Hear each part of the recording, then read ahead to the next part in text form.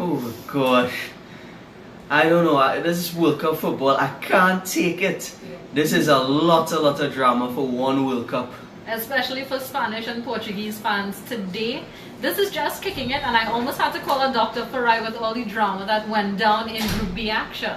Yeah, it was a bit too much for my heart to take today, with Spain on the verge of going home, but somehow things turned around. Of course, thanks to Portugal. As a Spain fan, I have to say thank you to Portugal, because without them, it would not have ended up how it ended up today. Group B, Spain going through as top of that group, Portugal going through as second place after they both drew their matches today. Spain against Morocco and Portugal against Iran. Lots of football on today too, Sarah. Group A had some action as well. Right, well, of course, because we are in the final match day of the preliminary stage, all the matches in a particular group are being played at the same time. So for Group A, there were 2 matches remaining, both played at the same time today. First off, Uruguay and Russia.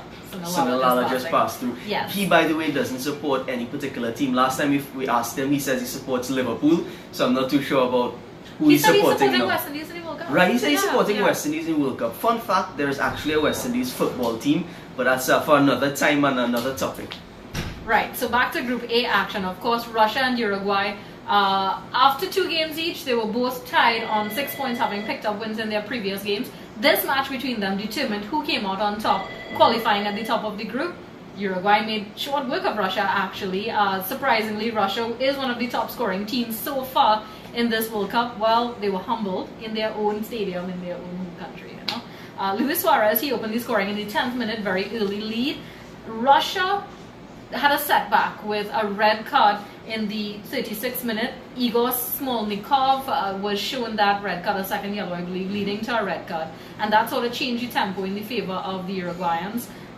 There was an own goal by Denis Cheryshev in the 23rd minute, and then Edison Cavani basically closed off and consolidated their win in the very last minute, the 90th minute. So Uruguay finishing at the top of Group A, and they will take on the second place team in Group B. Yeah.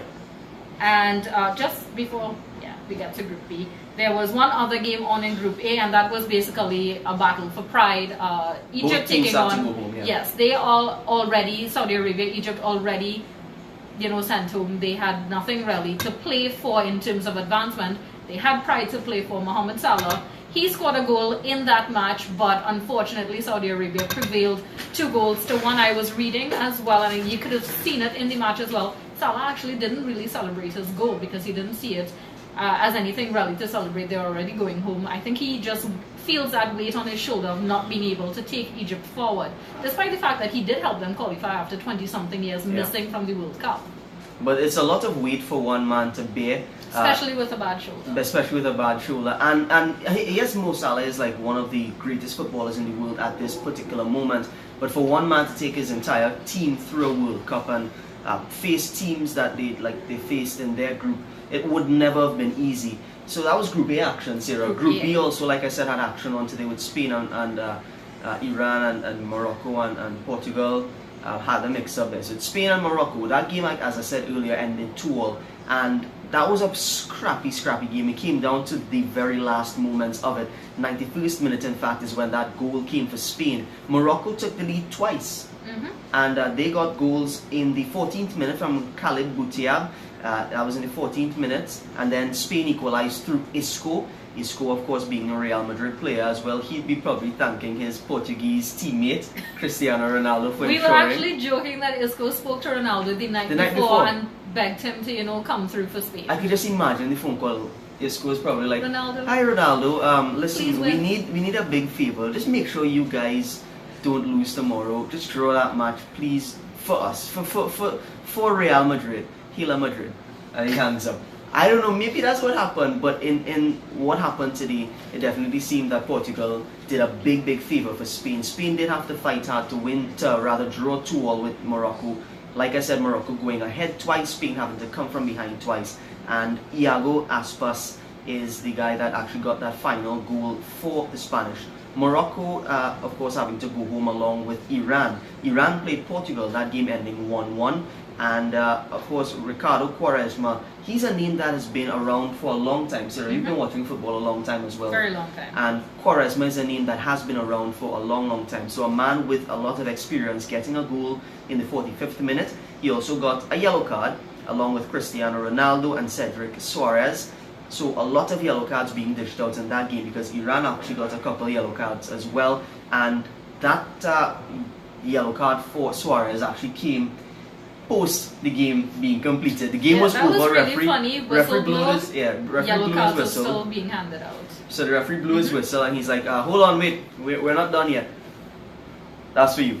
And then you can leave now. But it ended 1-1, and because of that result, Spain actually got a bit of a saving grace and they will go through as top of the group. Both Spain and Portugal ending on 4 points.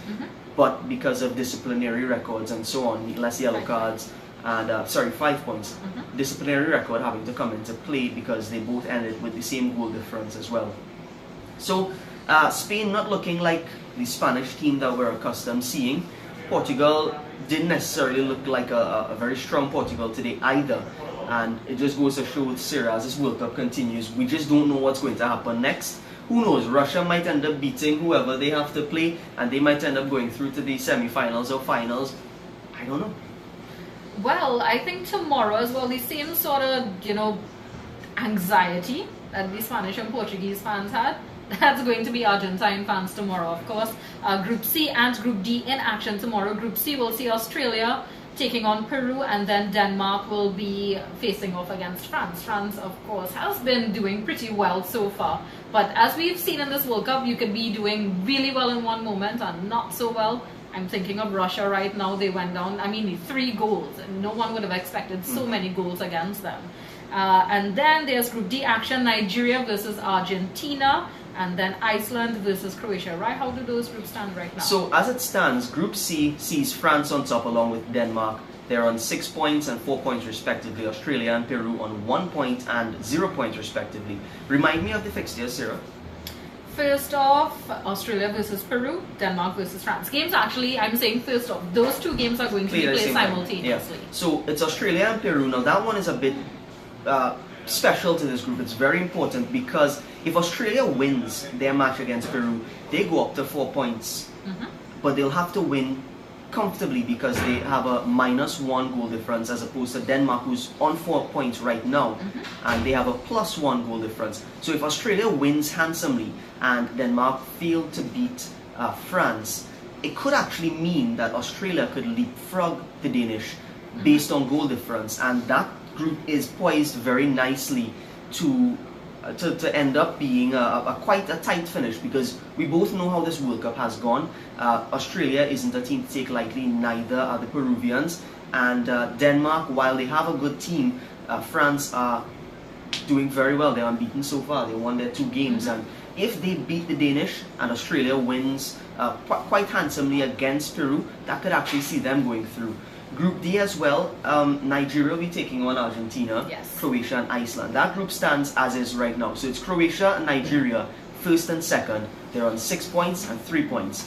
Iceland and Argentina are both on 1 point after their 2 games. Iceland are actually ahead if you've been following because they have a better goal difference. They're -2 as opposed to Argentina, who are -3. So they'll be hoping that in the fixture that they have against it's Argentina and Nigeria, if that fixture goes the way of the Argentines, they will leapfrog Nigeria in terms of points, and then hopefully they'll be hoping that Croatia at least draws against Iceland. If Iceland wins, they'll also go on to 4 points, but remember, they'll be ahead because of goal difference.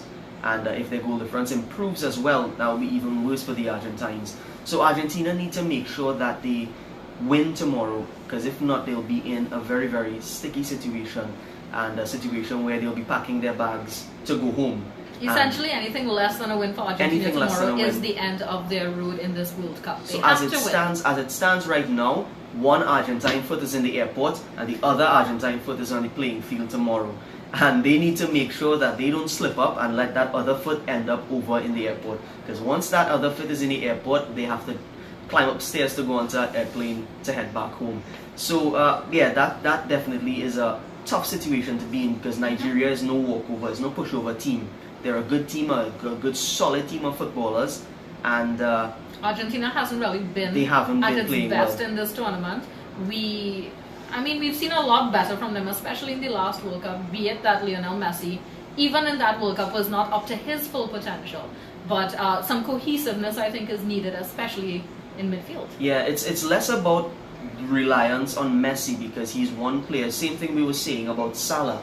Salah is one player. One player can't take a team through the World Cup. Yes, people point to Ronaldo and all the work that he's been doing for Portugal, but if you look at today, Ricardo Quaresma was the man on target. Ronaldo wasn't the man on target, as has been the case. He actually missed a penalty. He actually missed a penalty. So all the talk that has been happening about Messi missing a penalty and not taking his team through the World Cup like people expect him to, it's a bit unfair to both of them, both players, to give them that sort of burden on their shoulder. The rest of the team has to step up. And my personal opinion, Sarah, I don't know if you'll agree with me, I think Rodney will agree with me, is just that Argentina haven't been playing a smart formation. Messi has been out of his normal habitat, if you want to put it that way. He's normally found on the wings, up and down, cutting in that right flank. That's where that's where he lives and thrives, and throughout this World Cup he hasn't been there. So maybe a switch back to where Messi is accustomed being might work for Argentina, might be in their favor. I think not just that, there's the argument as well that they haven't been using the younger, more talented, exciting Argentine players the way they should. Yeah. For example, Dybala, he hasn't really been Featured prominently so far in this World Cup. So maybe it's a lack of the international experience, which is why they're holding him back. I'm not sure if they'll give him a shot in the starting lineup tomorrow to see how he does. Regardless of who they give a shot to tomorrow, I tell you what, Argentina have to come good, because as I mentioned before, Nigeria aren't a pushover team. They're not going to go down without a fight. They're not called the Super Eagles for no reason. They are a fantastic bunch of players, and Argentina, after the heartache that I had today, I don't want Rodney Ilahi crying in the office tomorrow.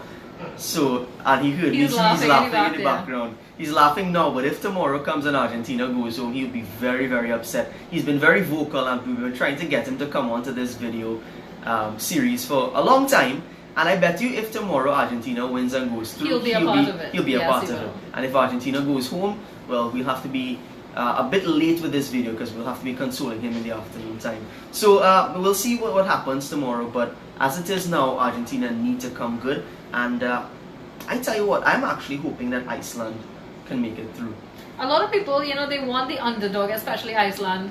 I mean, I think a lot of Trinidadians are supporting Iceland because we were in their position not long ago. We were the smallest country to ever qualify for the tournament, and we actually faced teams that, expected to come out on top of us, and Iceland held Argentina to that draw. That was so similar to our game against Sweden, the first game we played as well. So I think we're seeing the similarities. I know a lot of my friends, especially Italian/Netherlands, either or, they're supporting Iceland this time around because they don't really have a team. They don't have a team. They don't have a team in the World Cup. So. But Iceland come up against a very strong Croatian team who, by the way, are yet to concede a goal in this tournament. They've scored 5 and not conceded 1. That's an amazing stat for any team that's in the World Cup, be it a good team, a big name team, or a smaller team. So they have a very tough task ahead of them, both Argentina and Iceland. But I tell you what, I am kind of vying for both of them to do well, but it'll really come down to seeing who shows up better on the day. I feel who as shows well. up better on the day. Maybe the pressure may do something to inspire players on the field. The prospect of going home early is definitely a motivator. So I think they've always been saying that football is played on the day. You could have whatever record ahead of time. On the day is what really matters. So yeah, because anything can happen. Because there's a commentator, a bit of commentary that I've heard and I've always enjoyed, and it goes like this here. I don't know if you ever heard it. Football isn't played on paper; it's played on a green thing out there, and whatever is on paper matters not unless you do good out there. So tomorrow we'll see what happens, but I'll tell you what, it's becoming simpler to do these videos because now it's either you win and you go home, or you lose and somebody else goes through. It's very simple now. It's not as confusing as it was earlier on, having to speculate who goes through. Now it's a do or die stage for many teams, and as the knockout round starts a bit later on, then it'll become a real dogfight to see who goes through. But that's it for Just Kicking It for today. Thank you very much to Sarah for joining me. She has been holding down the fort on the days that I haven't been here, and I appreciate that. She has been doing a fantastic job. So guys and gals, continue to watch Just Kicking It after the wrap up of all the games for the World Cup, where we'll be recapping all that has happened and giving you a little idea of what possibly could come.